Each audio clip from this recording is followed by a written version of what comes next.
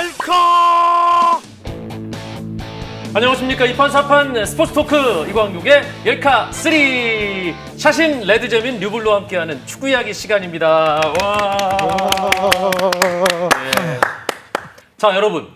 밤부터 새벽까지는 유로 2020 그리고 새벽부터 점심 낮을까지는 코파 아메리카 2022를 함께할 수 있는 2021년 6월부터 7월이라고 샤신이 지난 시간 클로징에서 말씀하셨죠. 우리 대표팀 경기, 올림픽 대표팀 경기는 또 안 봅니까? 예, 그렇습니다. 잠을 못 자고 있습니다. 지금 아주 죽겠습니다.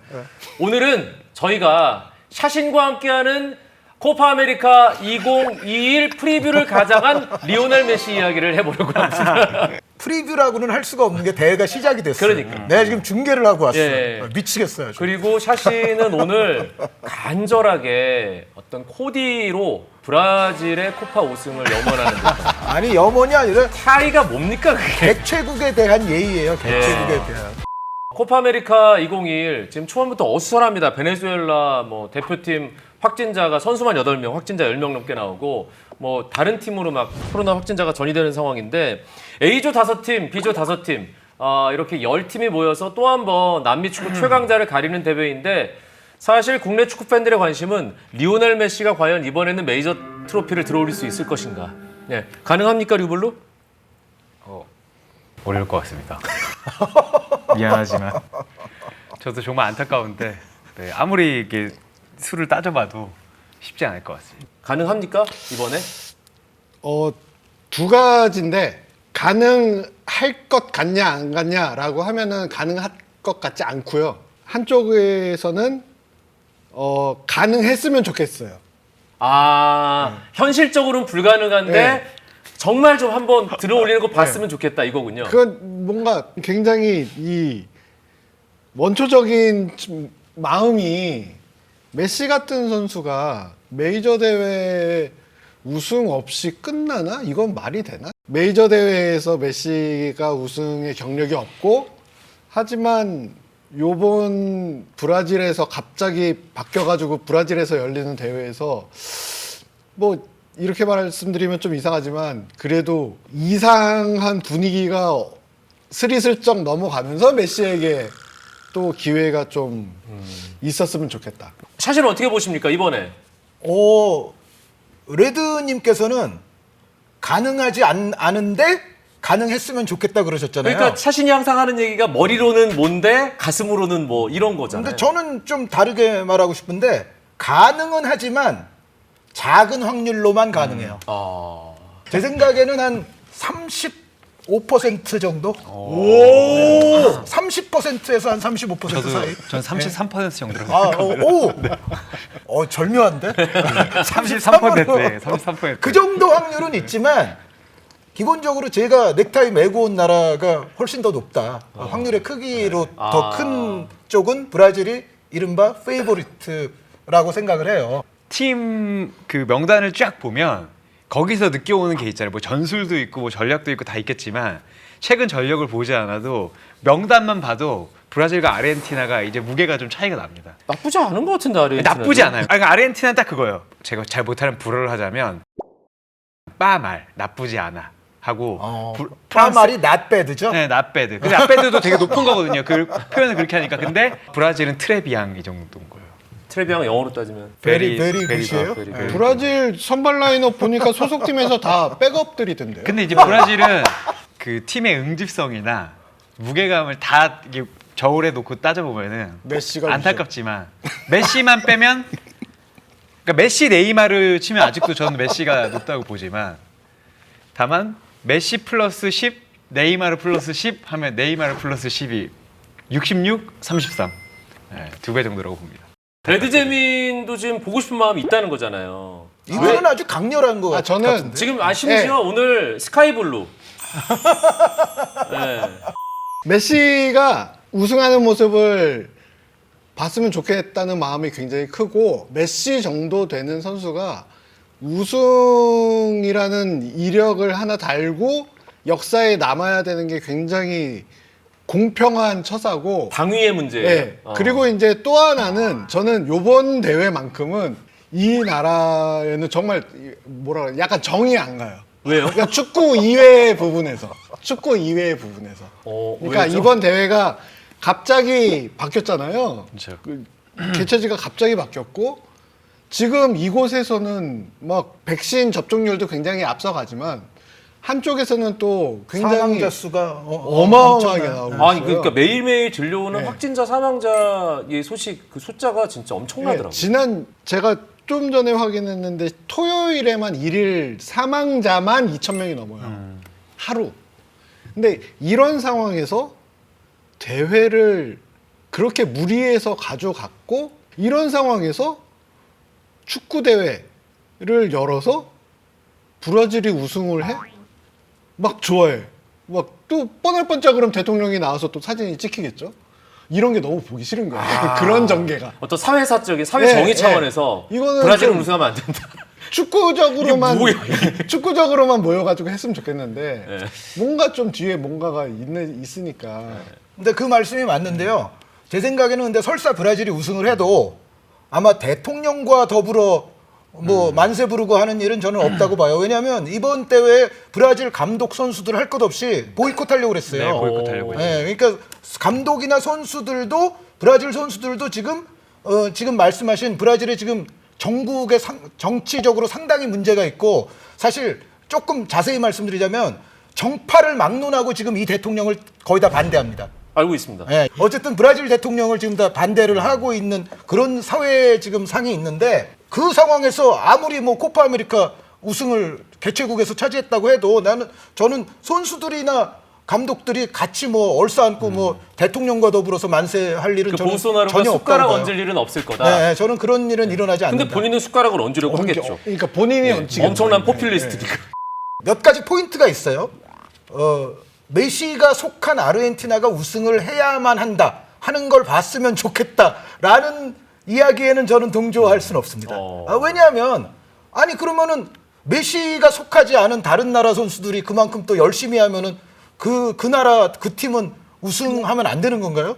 그러니까 메시가 있다는 이유만으로 그리고 메시가 메이저 타이틀 하나 정도는 가졌으면 좋겠다는 열망만으로 아르헨티나가 우승해야 한다는 거는 저는 그거는 좀 아닌 것 같다고. 그게 오히려 공평치가 않은 거죠. 제가 봤을 때는. 다른 나라 선수들이 열심히 하면 메시는 없지만 그 팀 모든 선수들이 정말 자신들이 가진 능력의 뭐 한 120% 해가지고 아르헨티나 꺾고 뭐 브라질이 꼭 아니라도 다른 나라가 칠레처럼 우승할 수도 있잖아요. 그런데 아르헨티나의 우승을 위해서 다른 나라들이 그냥 다 일단 비켜줘야 되는 이유가 없다. 아유, 그 메시 형 지나가세요. 아니 그럴 이유가 없다. 저는 그게 하나 이유고 예. 두 번째 포인트는 뭐냐면 저는 메시 선수가 설사 메이저 트로피 없이 은퇴를 해도 그거는 이제 애석함의 문제일 수는 있지만 저는 메시 선수의 실력적인 가치는 저는 그래도 변하진 않을 거다.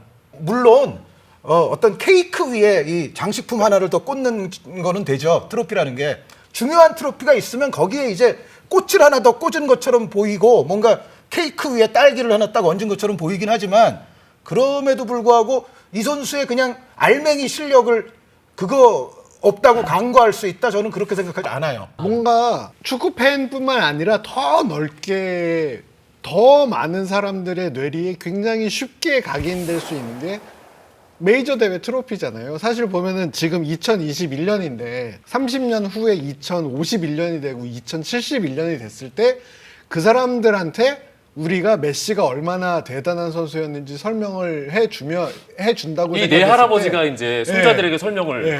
손자 손녀들에게. 근데 저는 억울한 게 뭐냐면은 다들 막 다른 얘기하고 있는 거예요. 다른 사람 뭐 누가 짱이다 그러는데 아자르라는 선수가 있었지. 막 이러면서. 얘들아 메시라는 선수가 있었단다. 이렇게 말하는 거 싫다고요 저는.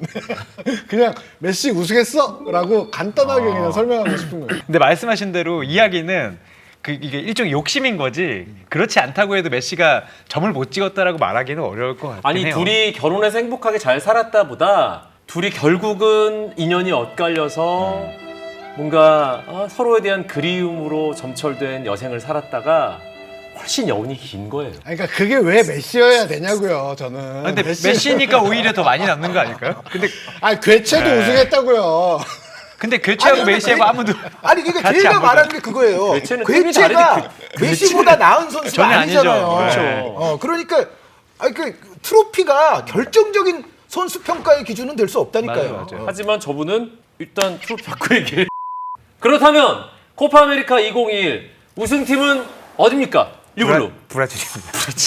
브라질입니다. 예. 브라질. 레드제민 어딥니까? 아르헨티나입니다. 샤신 어딥니까? 가장 무난한 픽은 브라질입니다. 레드제민은 바람입니까? 뭔가 계산이 선 겁니까 지금? 바람입니다. 예. 그 2021년 대회 대진표 다 뽑아왔습니다. 예. 그래서 아르헨티나가 결승전에서 브라질을 정치적인 브라질을 2대 0으로 꺾고 이깁니다. 아르헨티나도 정치적인 나라로 알고 최근에 있습니다. 아닙니다. 아르헨티나, 그런 일 아르헨티나 모릅니다. 대통령이 뭐 그런 일 굉장히 절대 실언한 거 혹시 아세요? 모릅니다. 메시가 있습니다. 최근에 아르헨티나 대통령 실언 한번 찾아보세요. 레드제민이 아르헨티나가 우승을 한다라고 했지만 사실 했으면 좋겠다인 거고 그러면 아르헨티나, 브라질이잖아요. 뭐 어차피 이 팀들에 대해서는 뭐 축구 팬들의 관심도 높고 언제 어디서나 우승에 가장 근접한 두 팀이고 남미에서는 그러면 두 팀 말고 좀 주목하는 팀 있을까요? 주목하고 싶은 팀은 저는 페루요. 오, 어떡하지 나? 근데 이유는 다를 수도 있어요. 페루가 현재 월드컵 지역 예선 6경기 치르는 현재 꼴등이거든요. 네. 그런데 제 경험상 코파 아메리카 대회는요.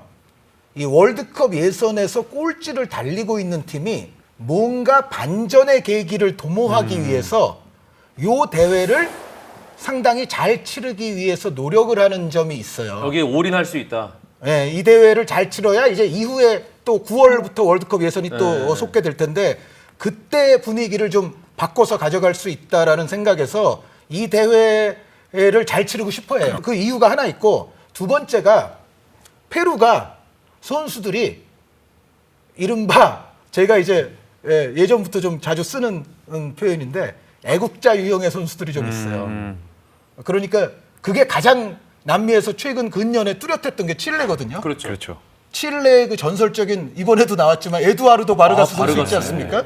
에두아르도 바르가스 선수는 클럽에서 몇 년 동안 넣는 골보다 대표팀에서 1년 동안 넣는 골이 더 많은 선수예요. 예, 맞아요. 이거는 기적적인 일이거든요, 사실. 공격수가 클럽에서 몇 년 넣는 골보다 대표팀에서 1년 넣는 골이 더 많기는 이건 매우 어려운 일인데 어렵죠. 그 작은 확률을 뚫는 선수가 에두아르도 바르가스예요. 그런데 칠레에는 근데 그런 선수들이 많죠. 바르가스만 비단 그런 게 아니라 그래서 이런 유형들을 애국자 유형이라고 하죠. 그러니까 클럽에서보다 대표팀에 모이면 뭔가 더 에너지를 내고 뭔가 더 퍼포먼스를 좋게 하는 사나이들. 그런데 페루도 칠레에 약간 버금가게 이 애국자 유형들이 있어요. 그래서 선수들이 전체적으로 퍼포먼스가 좀 높아지거든요. 여기에 이제 세 번째는 이 리카르도 가레카 감독이 저는 토너먼트를 상당히 잘 치르는 감독이라고 생각해요. 그러니까 가레카 감독이 지휘봉을 잡은 이후에 페루가 2015년에 3등 했었고요. 코파 아메리카에서. 지난 대회에서는 준우승 했었거든요. 저는 페루 선수들도 그렇고 감독도 그렇고 요런 대회를 잘 치르는 성향이 있고 감독은 요런 대회를 잘 치를 줄 아는 또 그 지략이 있어요. 페루에 어떤 선수가 있냐면 가장 대표적으로 저 셀타비고의 수비형 미드필더 레나토 타피아 선수. 네. 저는 페루에서 굉장히 중심적인 역할을 하고 있다고 보고 플레이메이커적으로는 신장은 좀 작지만 상당히 테크니컬한 플레이메이커로서 크리스티안 쿠에바 선수. 쿠에바 선수는 뭐 예전부터도 플레이메이킹으로서 많이 나왔던 선수고 그리고 페루에서 또 하나 주목해봐야 될 선수가 라파둘라라는 선수가 있거든요. 라파둘라라고 이탈리아 베네벤토에서 뛰는 공격수인데 이 선수를 왜 주목해야 되냐면 페루의 최고의 애국자 유형의 선수 가운데 한 명이 이번 대회에 뽑혀서 나오질 않아요. 그 자리를 약간 좀 옛날식 스트라이커 같긴 한데 이 라파둘라 선수가 어느 정도 해줄 수 있을지 그런 부분이 조금 이제 관심사긴 하죠. 예. 네. 류블루도 페루를 네, 저는 이게 뭔가 다 굳은 자 같잖아요. 흔들 팀이 필요한데 네. 페루가 말씀하셨던 대로 지금 꼴등이고 지난 대회에 되게 깜짝 성적을 거뒀었어요. 그리고 제가 봤던 선수 중에 안드레 까리오라는 선수가 있거든요. 이 선수가 지금 알힐랄에서 뛰는데 2019년에 AFC 챔피언스리그 결승전에서 이 선수가 엄청나게 잘했어요. 정말. 장현수의 이제 동료였었고 이탈리아의 이 세바스티안 지오빈코하고 이 공격 듀오를 맞춰서 이 우라와 수비를 완전히 무력화했는데 이 선수가 드리블이 엄청 좋고 저돌적이더라고요. 그리고 지금 예선에서 최다 득점자인 것 같아요. 페루에서. 그러니까 좀 뭐 냉정하게 따지면 아주 수준이 높은 공격수라고 할 수는 없지만 페루에서 말씀하신 애국자 유형이고 저는 페루가 그 수비는 약하지만 공격적으로는 그렇게 약하지 않은 팀이라고 보거든요. 근데 이 선수가 좀 반란을 일으킬 수 있지 않을까. 자, 그럼 레드제미는 브라질과 아르헨티나 이 굳은자 두 팀 외에 좀 주목하고 있는 팀이 있습니까? 주목이라기보다 요번 대회 그러니까 계속 말씀드리지만 축구 외적인 부분들이 굉장히 많이 작용을 하는 대회잖아요. 네. 갑자기 막 개최지도 바뀌고 그래서 지난 시간에 유로 얘기하면서 선수단 컨디션 관리를 잘 하는 팀들이 성적을 낼 수 있을 거다라는 의견이 나왔었는데 생각을 해보니까 이번 대회는 그런 준비 과정조차 무의미하지 않을까라는 생각이 들어서 그렇다면 이럴 때 자기 관리 요령을 갖고 있는 선수가 즉 베테랑들이 많은 팀이 좀 더 유리하지 않을까? 오히려? 라는 역으로 그런 생각이 갑자기 들더라고요. 카바니나 수아레스처럼 나이가 많더라도 워낙 경험이 풍부하게 쌓인 선수들이니까 이런 선수들을 갖고 있는 팀이 좀 유리한 측면이 있지 않을까 오히려. 저는 그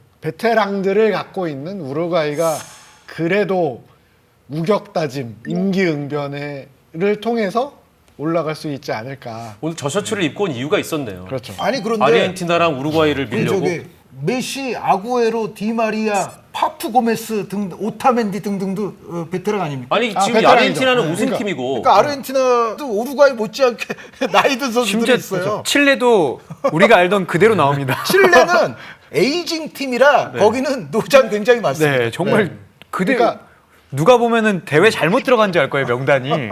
아니 저도 우루과이랑 칠레 보면서 이거 브라질 월드컵 네. 최종 명단인가? 거의 지금 시간이 정지됐어요 지금 코파 쪽은. 그러면 관전 포인트 삼아서 브라질, 아르헨티나 이외에 우승에 가장 근접한 팀은 어디라고 보세요? 샤시는? 아까 좀 전에 레드가 말씀하신 일단 우루과이가 있고요. 칠레는 요번에는 좀 아무리 애국적이고 그래도 요번에는 조금 저는 아닌 것 같아요. 그러니까 나이가 좀 확실히 들어가는 팀이고 비달 선수 같은 경우에는 얼마 전까지만 해도 코로나 이슈가 있었고요. 코로나 걸렸다가 아마 이제 돌아오긴 할 겁니다. 그리고 알렉시스 산체스 선수가 제가 알기로는 지금 조별리그는 안 나오는 쪽으로 하려고 그래요. 지금 부상이 있거든요. 저는 칠레는 그 제3의 우승팀에 들 수 있는 확률이 예전보다는 좀 많이 떨어졌다고 생각을 하는데 그렇게 생각하면 역시 가장 우승권에 가까운 팀은 그래도 카바니, 수아레스를 보유하고 있는 우루과이라고 봐야죠. 왜냐하면 이 두 선수가 기본적으로 직전 시즌에 각각의 소속 클럽에서 굉장히 잘했죠. 깨알 같은 활약을 했고 제가 우루과이에서 주목하는 몇 명의 선수가 뭐 예를 들어 드리자면 파쿤도 토레스라는 선수가 있거든요. 브리안 오캄포라는 선수가 또 있어요. 이 선수들이 20대 초반에 아주 역동적이면서 테크니컬한 선수들인데 기존의 우루과이의 어떤 스타일에 뭔가 플러스 알파를 해줄 수 있는 젊은 자원들이 있어요. 자국 리그에서 뛰고 있는 선수예요. 여기에 페냐롤 나셔널. 우루과이에서는 이제 어떻게 보면 뭐 수아레스, 카바니, 고딘이 있더라도 실질적인 이제 팀의 중심은 저는 발베르데 선수 쪽으로 저는 이동한다고 보거든요. 발베르데도 98년생이니까. 발베르데를 중심으로 말씀드렸던 브리안 오캄포라든가 파쿤도 토레스 같은 선수들이 뭔가 기존의 우루과이에 없는 활력과 스피드를 약간만 더 불어넣어 줄 수 있다면 저는 우루과이가 분명히 제3의 세력에서는 가장 앞서 있다고 생각합니다. 그러면 우리 열카가 자랑하는 기적의 확률 전문가 우리 샤신, 브라질, 아르헨티나, 우루과이 각각의 우승 확률을 예언해 주시죠. 브라질이 기본적으로 아르헨티나부터 하면 아르헨티나 아까 저 류블루 따라가겠습니다. 33%. 33%. 네, 33%. 브라질이 55%. 그러면 얼마 나옵니까? 88% 나오죠? 예. 그럼 12% 남았죠? 우루과이가 7%. 나머지 팀이 5%. 끝. 알겠습니다. 자, 유블루. 네. 이번 코파 아메리카 2021 유블루가 보는 관전 포인트는 뭡니까? 그 두 번 붙잖아요. 이게 조금 사실상 두 번 붙는 거예요. 조 1일, 2위가 두 번 붙는데 어떤 팀이 그 토너먼트에서 좀 옛날 표현이긴 한데 살을 주고 뼈를 취할 수 있느냐. 그게 좋을 것 같아요. 왜냐면 조별리그에선 사실 1, 2위만 차지하면 저쪽 조로 가지 않기 때문에 브라질과 만나지 않을 수 있어요. 그러니까 브라질도 아르헨티나나 우루과이를 피할 수 있는 거고. 그러면 여기선 지더라도 1, 2위 중에 하나만 얻고 결국에는 4강에서 다시 한번 만나가지고 조 1, 2위가 만날 확률이 높잖아요. 그러면 한 번은 져도 두 번은 지지 않는. 그러니까 말씀하신 아까 그 부분이 다 맞는 것 같아요. 토너먼트 누가 잘하느냐. 이건 그래서 변수가 좀 더 떨어지는 것 같아요. 그러니까 두 번, 어차피 우리가 조별리그에서 한 번 한 팀과 다시 붙을 확률이 정말 높기 때문에 1, 2위가 올라가고 저쪽에 3, 4위가 올라오잖아요. 근데 팀 숫자도 너무 적고 변수가 많지 않은 상황에서 결국에는 예선에서 지더라도 본선에서 이길 수 있는, 그러니까 토너먼트 4강에서 이길 수 있는 그런 게 중요한 것 같아요. 그러니까 좀 도사리고 있다가 마치 배구나 농구는 그런 거 있잖아요. 그 정규리그도 상당히 중요하지만 마지막에 올라가서 전혀 다른 팀이 돼서 한번 이기면 이게 또 결과가 달라지는 거니까. 레드제민이 생각하는 관전 포인트 뭡니까? 일단 메시고요. 관전 포인트는 메시고. 아니 오늘 유니폼을 차라리 입고 오시지 그러셨어요. 일단 메시고, 두 번째는 좀 전에 말씀드린 거랑 뭐 같은 얘기인데 이번 코파 아메리카에는 좀 노인을 위한 나라도 좀 있었으면 좋겠다 해가지고 우루과이나 칠레나 이런 너무 요즘 축구가 전반적으로 봤을 때 체력, 달리기, 뛰는 거리 이런 게 너무 좀 스포츠 과학이 발전하는 부작용까지는 아니지만 하여튼 어쨌든 그 예전 축구에 비해서 기술보다는 이 달리는 게 굉장히 중요해졌잖아요. 뭐 남미는 우리가 알다시피 맨날 얘기했을 때 남미의 기술 뭐 이렇게 얘기를 했는데 그런 뭐 노스텔지아도 있고 그래서 요번에는 좀 기술 좋은 마치 이제 우리 K리그로 따지면 이청용 선수 같은 그런 축구의 달인들이 좀 멋진 마무리를 했으면 그런 모습을 봤으면 좋겠다. 그러니까 기술 좋은 어르신들을 위한 무대였으면 좋겠다. 예, 그런 모습을 볼 수 있는 대회가 되면은 굉장히 재밌을 것 같다라는 생각을. 아니 지금 어르신 얘기가 나와서 드리는 말씀인데 유럽은 뭐 황금 세대도 있고 뭐 세대 교체도 이렇게 자연스럽게 이루어지고 그런 게 있는데 아직도 남미는 보니까 브라질은 좀 예외로 하고요. 어르신들이 여전히 팀의 중심을 이루는 팀이 너무 많은데 이건 왜 그런 거죠? 우리 다들 황금 세대였었던 거죠. 네. 우루과이가 사실 2010년에 남아공 월드컵에서 굉장히 잘하고 2011년에 연타로 코파 아메리카를 그때 재패를 했었어요. 우루과이가 그 세대의 일부가 지금 아직도 남아 있는 거거든요. 그렇죠. 우루과이 같은 경우는 아르헨티나도 사실은 제가 봤을 때 아까 아르헨티나 제가 베테랑 몇 명 언급했잖아요. 메시, 디마리아, 아구에로, 오타멘디. 80년대 후반생들. 예. 어떻게 보면 이 아르헨티나는요 올림픽에서 잘했던 그 세대가 지금 남아 있는 거예요. 베이징 올림픽 금메달 네, 그렇죠. 딴 선수들. 물론 이제 다 남아 있는 건 아니지만 어떻게 보면 베이징 올림픽 금메달 황금 제너레이션이라고 볼 수가 있죠. 지난번에도 한번 저희가 비슷한 이야기를 했습니다만 황금 세대일수록 이게 확 바뀌기는 그만큼 더 어렵거든요. 왜냐하면 선배들의 그림자가 너무 짙게 그럼요. 드리워져 있기 예, 때문에. 그래서 저는 브라질과 아르헨티나의 결정적인 차이는 우리 니콜라스 오타멘디와 티아고 실바의 차이라고 봐요. 둘 다 노장이지만 티아고 실바는 여전히 그래도 잘해줄 수 있다. 나오면 팀의 중심을 잡아줄 수 있다지만 오타멘디가 나왔을 때 물론 오타멘디 정말 좋고 몸을 바쳐 뛰는 선수지만 불안함을 지울 수가 없잖아요. 근데 아직도 이분이 이제 중심에 서 계시더라고요. 여기에 가장 차이 나는 부분이 역시 미드필드예요. 미드필드에서 브라질은 카세미르와 프레드가 지키거든요. 그런데 아르헨티나는 어떻게 조합을 해도 적어도 수비적으로는 이만큼 신뢰가 가는 조합을 만들기 어려워요. 물론 그 대신 아르헨티나는 공격을 잘해야죠. 아르헨티나는 어떻게 보면 4골을 먹으면 그렇죠. 5골을 넣는 축구를. 수비가 그렇게까지 믿업지 못하고 중원에서 막는 능력도 브라질에 비해서는 안정감이 부족하기 때문에 결국은 아르헨티나는 공격적으로 뭔가 승리를 가져와야 되거든요. 그런데 공격적으로 충분한 골을 넣지 못할 경우에는 아르헨티나는 사실 굉장히 위험성에 노출이 되죠. 생각해보니까 브라질은 골키퍼도 너무 좋아요. 알리송 에베르송의 경합 아닙니까? 그러니까 세계 최고, 그러니까 뭐 순서 나눴으면 1, 2, 3번 중에 2명이 한 팀에 들어가 있어서 에메르송이 백업이에요. 마지막으로 좀 색다른 질문인데요. 지난 시간에 유로 2020 프리뷰했잖아요.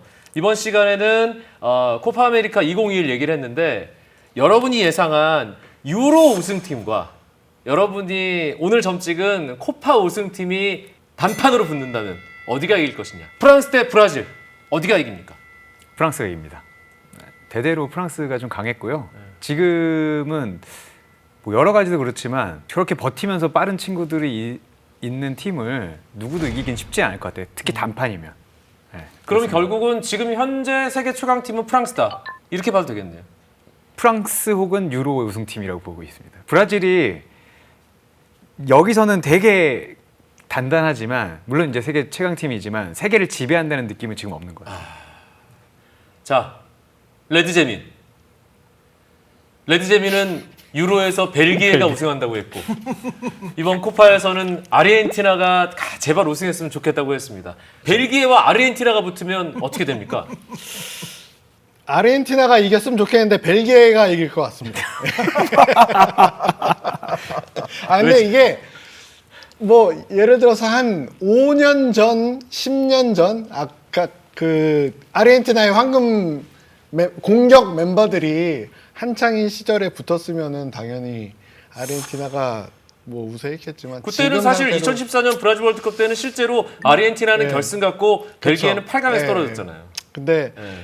지금 만약에 붙는다면은 아무래도 벨기에 쪽에서 승산이 있지 않을까라고 생각을 하고 근데 벨기에 이쪽에 벨기에 이쪽에 아르헨티나를 꼽아고 둘이 붙으면은 누가 이길까 이렇게 생각을 하는 이야기를 계속하면서 뭔가 두 팀을 꼽은 제 자신의 이 선택이 굉장히 좀 불안해진다라는 생각이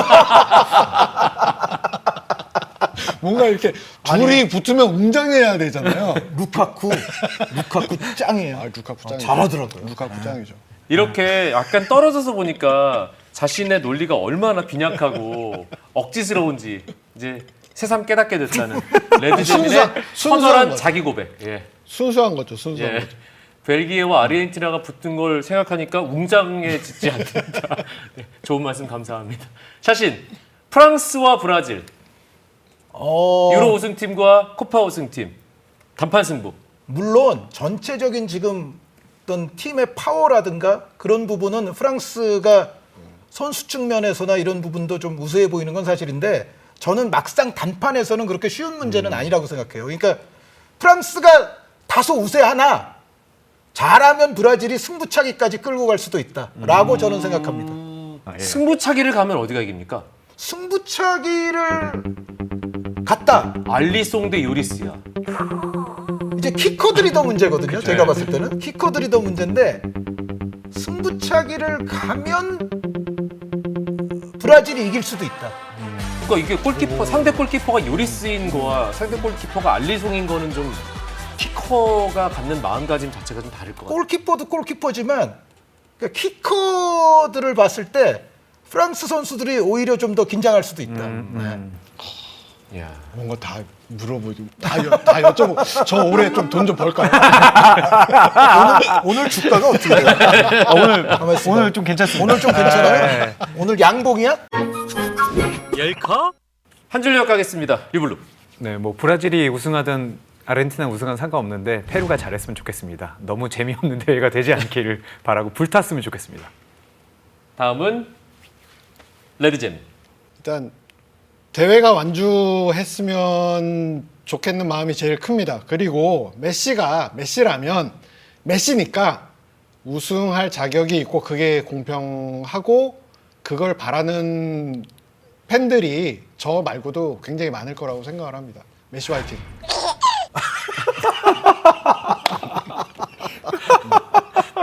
하나씩은 남기네. 대단해요, 대단해. 예. 샤신. 저군요. 제가 사실 남미 팀들 가운데 조금 특히 약팀 가운데 좋아하는 팀이 베네수엘라예요. 솔직히 말씀드리자면 베네수엘라가 예전부터 재밌는 경기를 좀 많이 해서 저는 베네수엘라 좋아하고 재능 있는 선수들이 또 요소요소에 전부터 있었는데, 그런데 이번에 일단 코로나 여파를 가장 크게 지금 얻어맞으면서 정말 제 해설 커리어 전체를 통틀어서 24시간 전에 15명의 새로운 선수가 등장해서 엔트리를 구성해야 되는 상황은 저도 처음 겪었거든요. 그래서 정말 전 지구적으로 지금 코로나 사태가 문제라는 것을 다시 한번 각인하게 되는데, 저는 베네수엘라 선수들이 다른 팀들도 물론 완주를 잘해야 되지만 베네수엘라가 좀 앞으로 남은 경기들을 잘 치렀으면 좋겠습니다. 지금 거의 뭐 대표팀 경력도 없는 선수들을 무더기로 지금 긴급 공수해서 베네수엘라가 대회를 치르게 돼 있는데, 베네수엘라 선수들 앞으로 이 상황에서 정말 기죽지 말고 최선의 좋은 대회로서 마무리를 했으면 하는 바람이 있고, 사실 베네수엘라가 저는 풀 전력으로 나오면은 그 어떤 팀도 그렇게 쉽게 볼 수 없는 팀이라고 생각을 했는데 너무도 안타깝게 됐습니다. 저는 베네수엘라 파이팅입니다. 예. 사실 샤신이 가장 좋아하는 팀의 주전 유격수, 국내 최고의 수비를 자랑하는 유격수 딕슨 마차도도 베네수엘라 출신입니다. 오늘 엘카슈코 이야기는 여기서 마무리하겠습니다. 샤신과 레드제민 류훌루 고맙습니다. 롯데는 그래서 몇 위 정도 할까요? 롯데가 뭐 잘하면 한 8등 하겠죠. 잘하면.